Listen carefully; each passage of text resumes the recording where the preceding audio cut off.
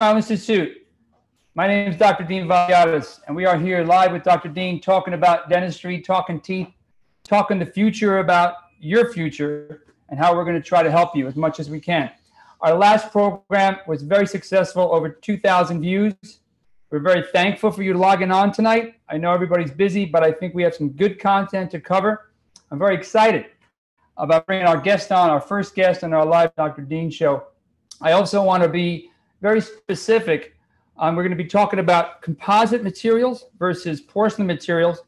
And in addition to, it's a little bit of a business of dentistry. I was at NYU Dental School yesterday and Columbia Dental School in the same day talking about business of dentistry, how young dentists, how our young residents can get more successful, will be able to get jobs that they like and do the dentistry that they were trained. That's just, sorry, 1 second, switch to the other program. Minimize that. And to get them confident and then proficient in their techniques and show them that mentorship and education is really the important thing in their careers. I also want to touch upon that in different parts of the world. Last program that we were here, we had 8 countries represented from all around the world. So it was really exciting to see that. But we have to always remember that the societies in different cities around the world, the financial stipulations are very different. So composite becomes a very valuable tool to make their smile makeovers, to make restorations look beautiful. I'm really excited today about getting our wonderful, wonderful guest here, Dr. David Garber. He is not only a mentor, he's a friend. He's an extraordinary clinician who works in Atlanta. I've been watching him for 20 years, and I'm so excited to have him here with us. His eye for aesthetics and his eye for detail is beautiful. He's taught me so many things, and I really wanted, one of my convictions was to bring the mentors that have taught me in the last 20 years, bring them to the forefront to your country, to your office, to your city.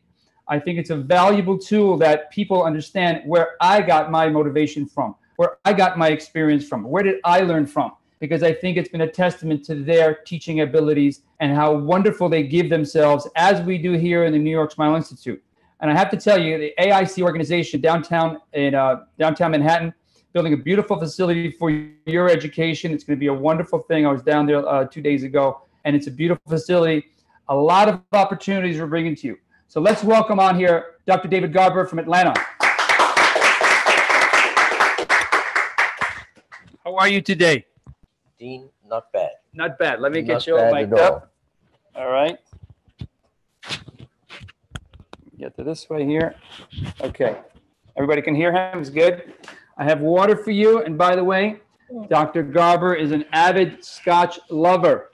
So we have some beautiful Scotch. Thank you for being here. Dean, delighted to be here. And of course, happy birthday. Thank you. Thank you. My birthday was the 24th.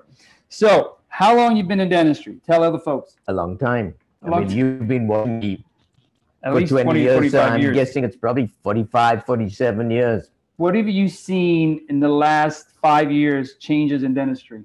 I think dentistry is probably at one of its most exciting periods ever. I think it's a wonderful time to be a dentist because of the evolution of, and I think you pointed it out, digital, making so much more available to all of us in different forms. Right. You know, we talk about digital, but I think digital was our first x-rays.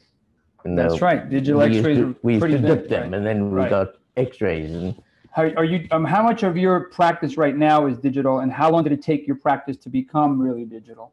A long time. Right. I mean, we and I really want folks to understand evolved. that. I want folks to understand that when we go into a digital office, it doesn't happen overnight. It takes an evolution of getting the right materials, the right networking of the computers, the right systems to work. So it's not just I'm digital tomorrow. It takes an evolution, but you have to have the vision. And I think one of the things that we talk about is the vision of education. And Dr. Garber is really one of the forefronts of that. That digital technology is the vision of the next 10 years, if not more. Tell us about your practice and where you are right now. So we have, obviously, you know, we have this unique practice. It's a multidisciplinary practice. I have Ron Goldstein, who was the forefather of aesthetic dentistry, I guess. And then Maurice Salama is a periodontist and orthodontist. Henry Salama is both perio and pros. We have some incredibly exciting young people.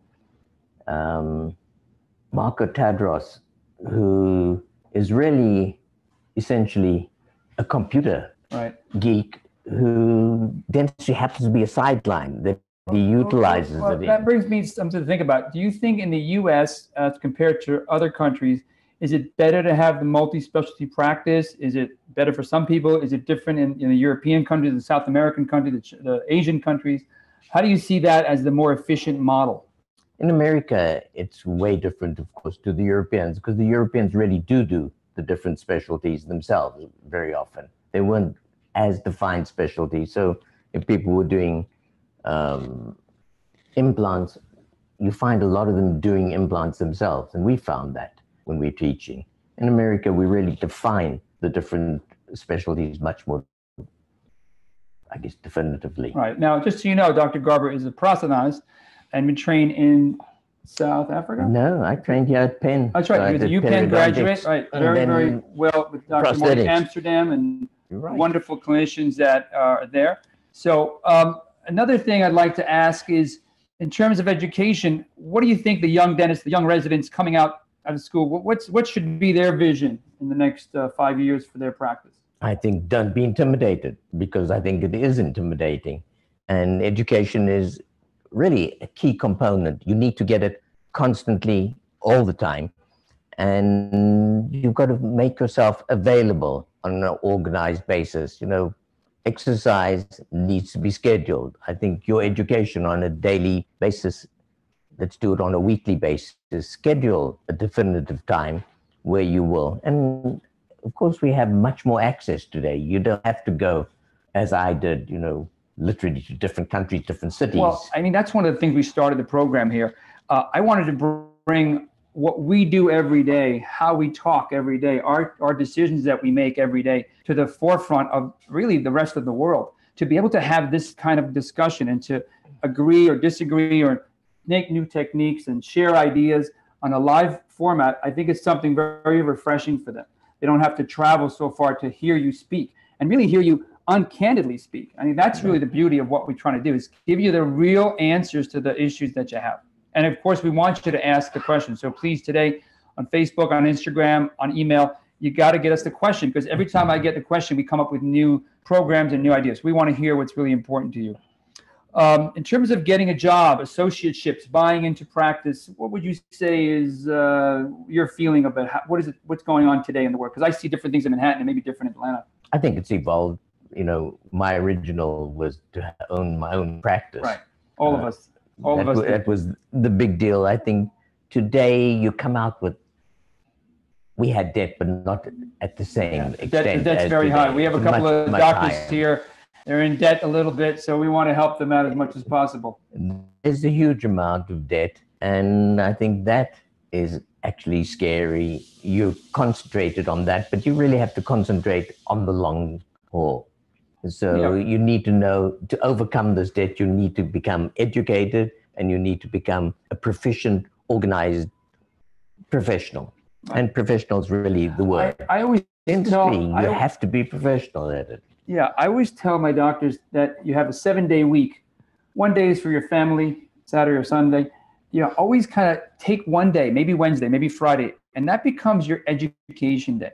I did that as a young clinician. I always had that 1 day that really, I went to my friends, I went to my mentors, and I just had that 1 day to keep learning.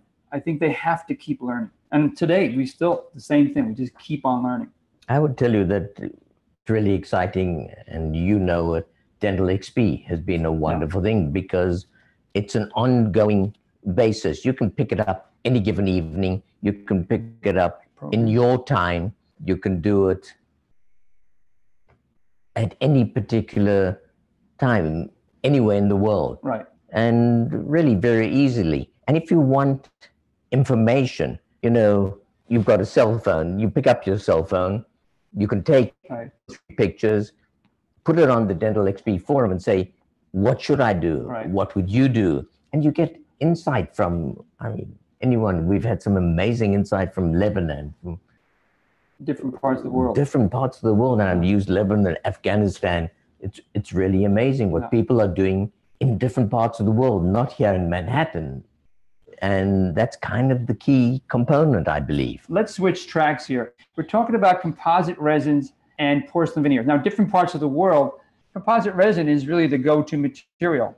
Here on Fifth Avenue, it may be porcelain veneers, but you know what? In different parts of the world, we want to be able to compare that. So how would you think the difference in terms of aesthetics are with composite restoration versus porcelain? We know porcelain obviously looks better, but can we make aesthetic restorations with composite?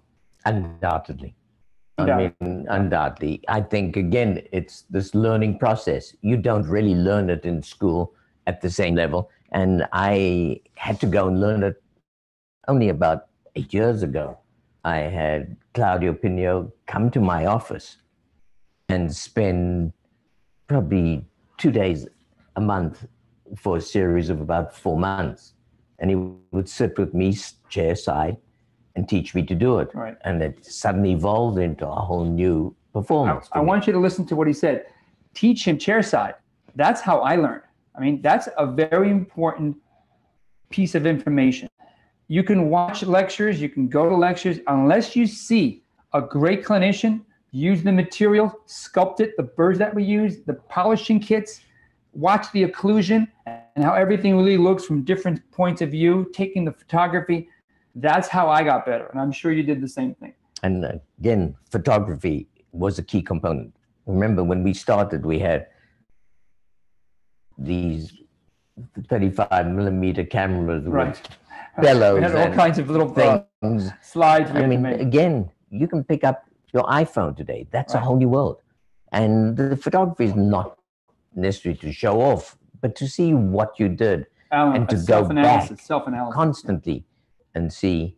And when you're learning, the nicest thing is to have done it once or twice before.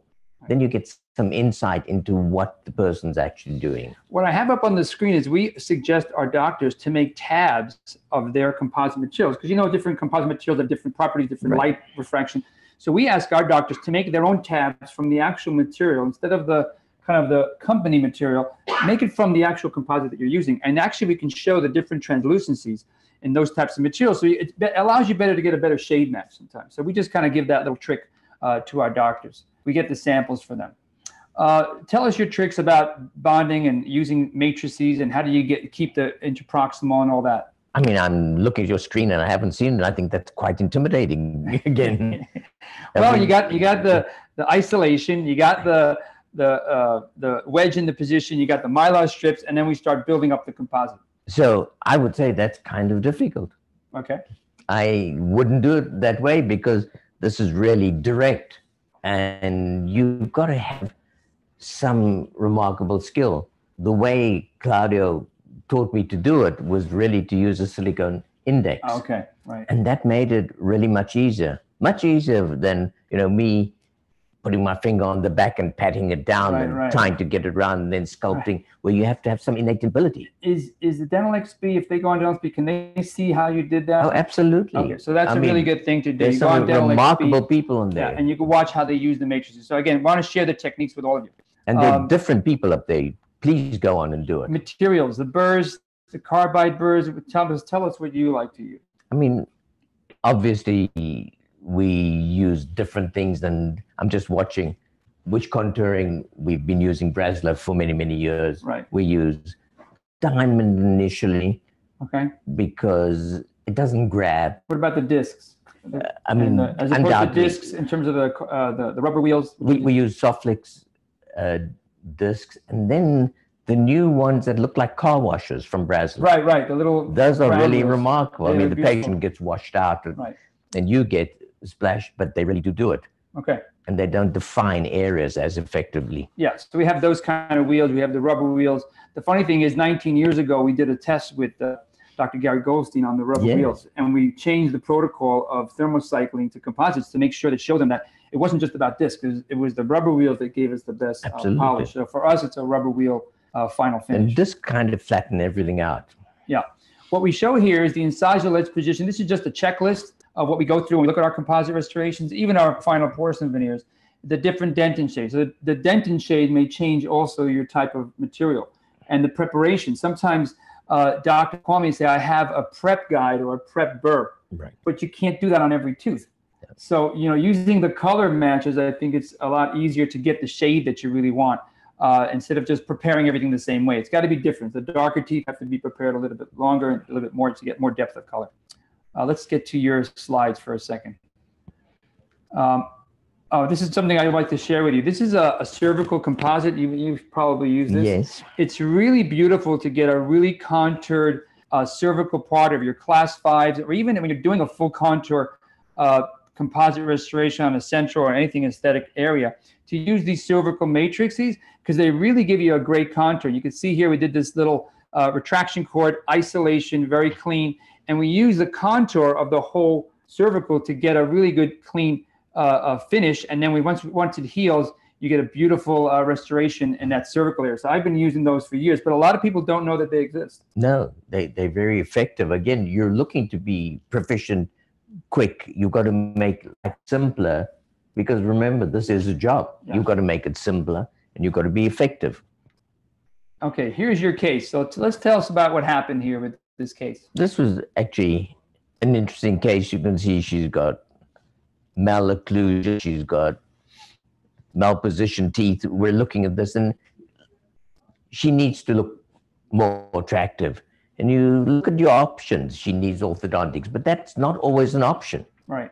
I mean, we thought of doing 1 crown, 3 veneers. That's kind of aggressive. And I looked at it, we may end up in the pulp in a few, or just do 4 crowns. Tell the folks listening, especially the young dentists, most dentists would tell us that those are way out of line, and I may get into pulpal problems. Tell us your experience, because I have the similar type of approach. Is we prepare, we do it the right way, and try to bring out the laterals and then shape up the centrals. But a lot of times a young dentist may be a little intimidated of preparing those teeth. Right. And if you look at preparing these teeth, you will invariably run into pulpal problems. And when you prepare teeth, remember, you're trying to prepare, you look at preparation from the existing tooth, but don't look at it from the existing tooth. Look at it from the final case. And you need to do that. So you need a wax up. And that's the beauty of the whole process. Right. So that brings us to a big thing that we teach at NYU FMR program, is we teach all our doctors, whether they've been out for 10 years or 20 years or just came out of dentistry, we teach them, let's make the mock-up. Practice doing mock-ups. That is the best way to get really efficient and proficient on every case. Even if the patient's never going to do the work, take an alginate and do the wax up just to get proficient at the wax up. And the visualization of getting a beautiful size and a beautiful contour of that tooth, then you can cut backwards to make your final restoration. And I think the wax up is key. Again, many of them are going to have trouble being a wax up. But the nice thing is, the one thing a lab can do, they may not be able to do beautiful porcelain, they may not be able to do cool veneers, but they all can do wax ups. Right. Let them do wax ups. Once they got the wax up, you kind of make an index of that, and you can do it. Let them do the initial part. So what do you have here? So we did a wax up, and the interesting thing, if you're looking on the right-hand side of your screen, is the silicone index of the wax up. So compared to a resective process to do these, we're actually just going to add onto the space. So you've got a huge amount of space between where the teeth are and the inner side of the lip. So all of a sudden, because you have your matrix, you realize you don't have to cut the tooth that much. Don't have to cut the tooth at all, literally. And we can kind of straighten them. Right. You can see, these teeth that were all over, we're now moving onto it's kind of like the hands of a clock. As they move over, you get wider space. You're on the wider arc of a circle. We can line teeth easily. One of the things I want to suggest to our listeners is, if you take the average circle of that line that you're talking about beforehand, and then make it 2 millimeters wider, all of a sudden the incisal edges become very clear. So think about mathematics circles. So you're taking the tangent line and just moving it out 2 millimeters gives you a different picture than trying to focus on the teeth that are crooked. That's what I think you're trying to say. It's the tangent line as you move around. And here is the composites. This is the final. So you've got one Emax crown on the upper left lateral, and those are composites. Right. I mean, remarkable direct composite done really with that little matrix, Yep. and done great. rapidly. Beautiful. Yep. And, you know, go ahead, watch Claudio Pinho, look at the different people on there teaching this. One of the questions I always get when I show this, and I'll go to the next slide when I see it, they try to figure out, a lot of questions I get is, how do we get the interproximal so that they can floss? What can we put in there that allows to do the composite, but also get to be able to floss through there? So when we do it, and you can see it on the video, we kind of build it out and we do one tooth at a time. Okay. And as we get to the last lateral aspect, you know, mesolodistally, we slip one of those little celluloid strips in. Yeah. Another thing you can use that we've been using, and I think we talked about it when we were in AAED, was the Teflon strips. Oh. So Teflon, very inexpensive Teflon, can be put on the lateral tooth or the last lingual tooth, distal tooth. And when you're making the composite, it gives you a really tight, like less than 20 microns, 30 microns. Very tight. So it's a beautiful look, and they can get the floss in, which is a really good tool. And I think this is kind of an I like important this message. slide. I like this slide. Yeah, go ahead. I mean, when you look at that, look at the top picture. That's really all we did. You can see I took off the mesial aspect of one, the distal aspect of one central, the midfacial aspect of the other central, and that was kind of all the removal we did. And of course, the old amalgams and the decay. Quite different to what I kind of grew up doing, which was nice preparations. We were always excited about nice preparations. Instead of full crowns, right? Absolutely. Right. And, you know, it's not what I did, because I found out I did a lot of things, and 20 years later, it's an incredibly invasive, destructive process. And a lot of sensitivity. Lots of sensitivity along the way, and, you know, crowns are crowns. They do have, I mean, Gary did remarkable studies on it. The half-life of these, not that long. Whereas composite, way longer. Well, and not only that, you can always cut it off, redo I can do it again. You can do it again every 5 years, right? That becomes a very valuable thing. We got a question from one of the audience. When a patient presents with traumatic occlusion and would like anterior aesthetic work, would you suggest porcelain or composite, and why? I mean, again, anyone, traumatic occlusion can have a multitude of end results. The teeth become mobile, or you're talking about them becoming fractured, or you get TMD problems. I'm guessing they mean they're destroying the teeth in grinding or one of these parafunctional habits. And what I found, when you have an occlusal problem, remember, we do our FMR course on occlusion, and one of the things that we really hone in on is if the patient's teeth, and I use the anatomy, the analogous of a gear, if the gear is not working, putting titanium on the teeth is not going to work.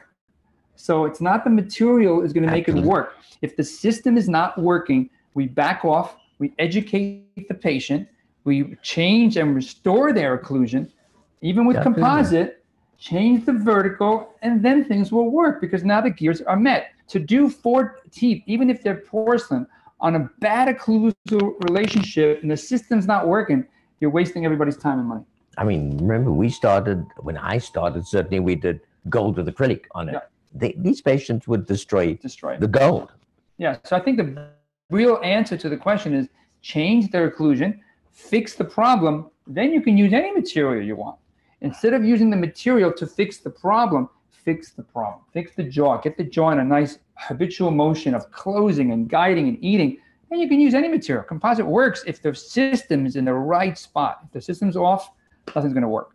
Can you change a patient's vertical using composite? I just had that question yesterday, and that's a great question. You answer first. I mean, absolutely. Again, you obviously can. There's remarkable work coming out of Europe showing how to do this again. And again, they utilize matrices. They use direct, indirect often, and that's kind of the key.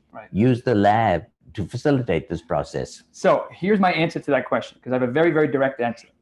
We usually do single unit occlusal restorations on worn patients. We'll do 1 restoration, and it works for 5 or 10 years. If we restored the vertical, do we have less stress or more stress? Less stress. We have less stress. That's how it works. So if you have less stress, with a composite material and you're restoring the vertical dimension, yes, the composite's going to hold it. Now, what would I do? A little bit of trick that what we do is we'll put maybe 2 onlays on the first molars that are porcelain. Okay, because now at least you have 1 porcelain contact, and then everything else is going to follow that. So I have no problem restoring vertical dimension with composite material. And That's a great question. I would Thank agree, you for that. undoubtedly. Okay, great. Let's go to the next question that I have. I have my own questions here. That's cheating. It's cheating. Hey, listen, I got my own questions. What do you see as the main difference of porcelain and composites? What do you think the main difference is, besides financial? I mean, obviously, your ability to do it.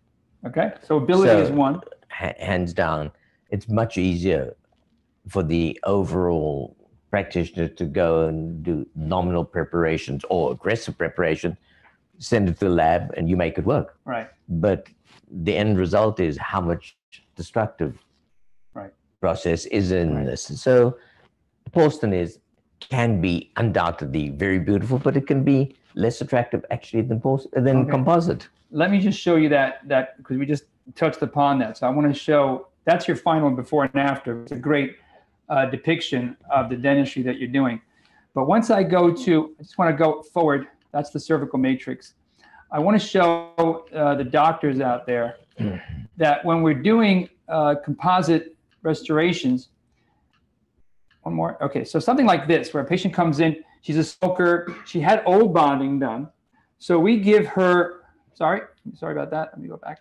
We give her the option of doing composite over again. We tell her what the fee is going to be with composite. We tell her what the fee is going to be with porcelain.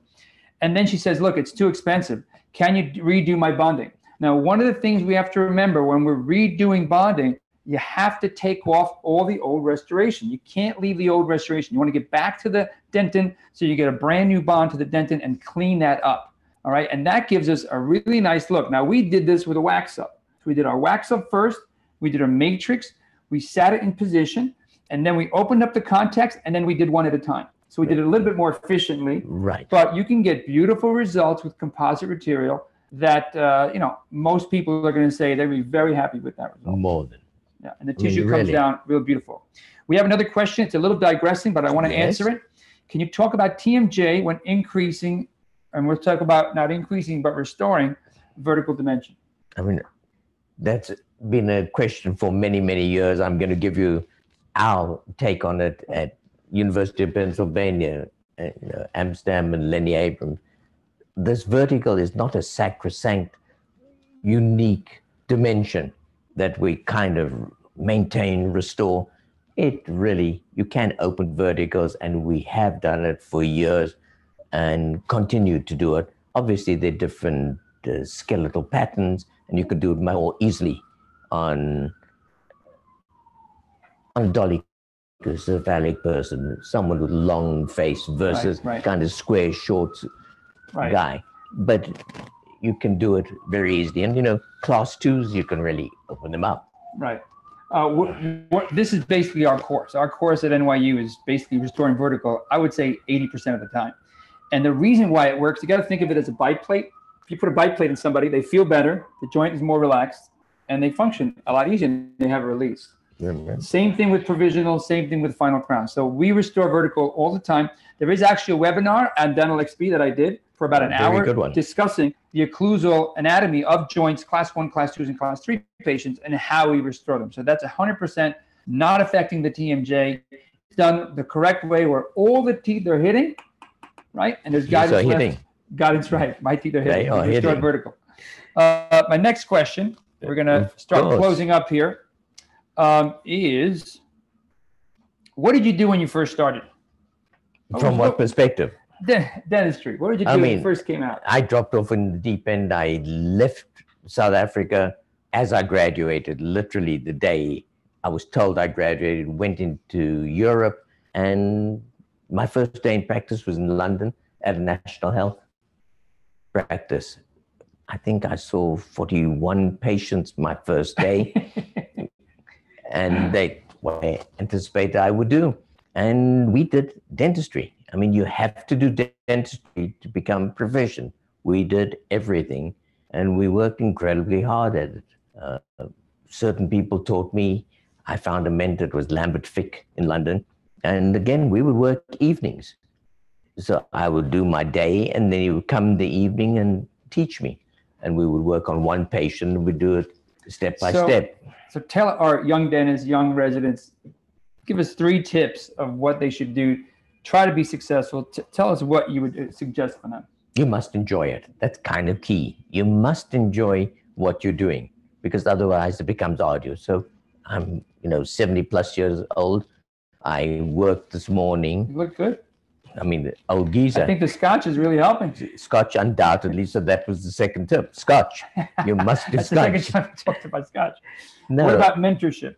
I mean, you must find mentors. I've had mentors all along the way, and it's really been key. I still have mentors that teach me. And I was just at a pen reunion for Dr. Amsterdam and Dr. Cohen, met many of the people who've taught me. And it's a key component. Continue to learn and enjoy it again. I think we're in a very, very important part of our lifetime right now. I think the dental profession has not only allowed us to change people's lives, to affect their well-being, affect their family, to be at the forefront of medicine when we start talking about the overall health of the patient, with breathing, with the endocarditis of periodontal disease, with the emotional stress of grinders, with the breathing patterns of tongues, with the TMJ joint. We're talking about not just teeth, we're talking about lifestyle change. Absolutely. And we're in that position. Dentistry is in that position. Now, if you're fortunate enough to be in a fee-for-service practice, it becomes obviously financially rewarding. But even if you're not, and you're going to join a DSO, I know you're part of a DSO. Absolutely. Okay, and now the decision is, well, there are different types of DSOs. They're in the world. They serve a purpose for us. But here's my advice. Make sure they're the right one. Make sure they're not in contract for 10 years and you have no freedom. I mean, I'm sure your DSO allows you to buy any material that you want. It doesn't restrict you from that. Absolutely. They give us guidelines on what they believe is but more you're going to use effective. the laboratory that you want to use. We do that. Right? So the laboratory that you want to use, the materials that you want to buy, and the treatment that you really want to do. With your continuing education, Dr. Garber, Dental XP, all the different venues to teach and to learn at NYU, at Columbia, wherever you're going to go and get the education, you want to be able to do it and do it freely. And that's, I think, the biggest key of being an organized dentistry, to be able to do your dentistry freely as you were taught. And again, the DSO benefit is you can learn your dentistry. You don't have to be as worried about learning how to handle staff, what software system to work for the finances. Yes, you are working for someone, right, but with a certain amount of freedom within that. There's a beautiful movie called The Greatest Showman. Have you seen it? No. Okay. One of the lines in that movie says, stay uncomfortable. Staying comfortable is the enemy of progress. And I've been kind of living my life that way, doing things that are different to change the world of dentistry. It sounds very idealistic, but I have to tell you, these kinds of forums and these kind of mentors are very important to all of us. And they teach us the right train, getting on the right train in dentistry. And then you find yourself 5 years in the right direction. If you get on the wrong train, it's 5 years later and you may be disappointed. Constantly. So I really always want, and I especially want this type of forum to be open, to be honest, and to show you the way of the possibilities. These are my mentors that have guided me and helped me in my career. Without them, I would never be in this position to be able to talk or to teach, to do these things. So I really just, again, going back to inviting you to come back next month. We have another special guest who I can't tell you, but I will announce it soon. It's always a secret. Yeah, we want it to come back. You want questions? 2 questions. What are your favorite birds for adjusting the incisal ledge of a composite veneer? I mean, from the lingual aspect, no. From the lingual, the OS1 from Brasler. Right. Do you find diamond or fine carbide? I start on diamond and then carbide, I do then carbide. rubber wheel. Right. Right. So it's a succession for me as well. Diamond, carbide, and rubber wheel. But here's what I like to tell my doctors: take the photos or take a look at the patient from different angles, because sometimes it looks really beautiful from the front, And sometimes if you go to the side, you see a different kind of a pattern. We're going to be at the MegaGen Las Vegas meeting in October. And we're also going to be at our NYU course October 18th to 2018, which is in a couple of weeks in October at NYU. And Dr. Garbazow is going to be there for a 2-hour program, as well as Dr. Zuckerberg, who's going to be talking about social media Exciting. to our dental professionals. What an opportunity. It's a great Amazing opportunity. It's a beautiful course, and we're over. I think there's like 1 or 2 seats left. I don't know how many seats we have, or we're sold out. Last question: how much can I open the OVD? Again, it depends on the specific case, but we have opened them as much as 13 millimeters in one go. I'll answer that question the way I always do at my course. And the deal, obviously, is I would tell you, don't do it incrementally up. We would increase it dramatically, open it, Right. and if the one couple decrease it. Right. And another thing you can look at, 1954, Purcell's envelope of motion said that the joint was still in the hinge axis up to 20 millimeters. The most I have ever done is 12. So the decision is not how much to open, is what's the right size tooth. What's the anterior size tooth that you're trying to get to. So use aesthetics, use phonetics, use jaw position, use facial aesthetics to determine how much you need. But if you look at my paper, and if you look at the articles that the webinar that we made at Dental XP, if you look at the cephalometric X-ray of the joint and you can see it in the right position, you can restore at pretty much any vertical that you want, as long as the aesthetic teeth are hitting and the posterior teeth are hitting and there's good guidance. Can you open 20 millimeters? No, probably not. I've been there 10 to 20, 10 to 15 is probably my limit. I want to thank everybody at AIC. An amazing facility is being built. I think you're going to enjoy it in the next couple of years. It's built for you. We're already here. We're trying to get the young dentists, the young residents to feel comfortable that they can ask us questions. They can have reach to people that I've mentored, that mentored me over the last year, and we want to mentor you. Okay, we really want us to have a great communication and have a wonderful forum. I can't thank you enough. I get goosebumps looking at you that you're in my office and we're talking. It's really amazing. And it's great. I mean, look at us sitting on Fifth Avenue in New York, all the way, I came from South Africa, a farmland in South Africa. Not bad. Industry's been good. Thank you all for your listening, and thank you, everybody, for being here. Thank you. Cheers. Cheers. Thank you. And all of you, thank you. That was busy. You're good. Am I a good interview? Was excellent. Thank you, Ellen. We have to have music in the introduction. We have to have music after that. Are you still recording? That's okay.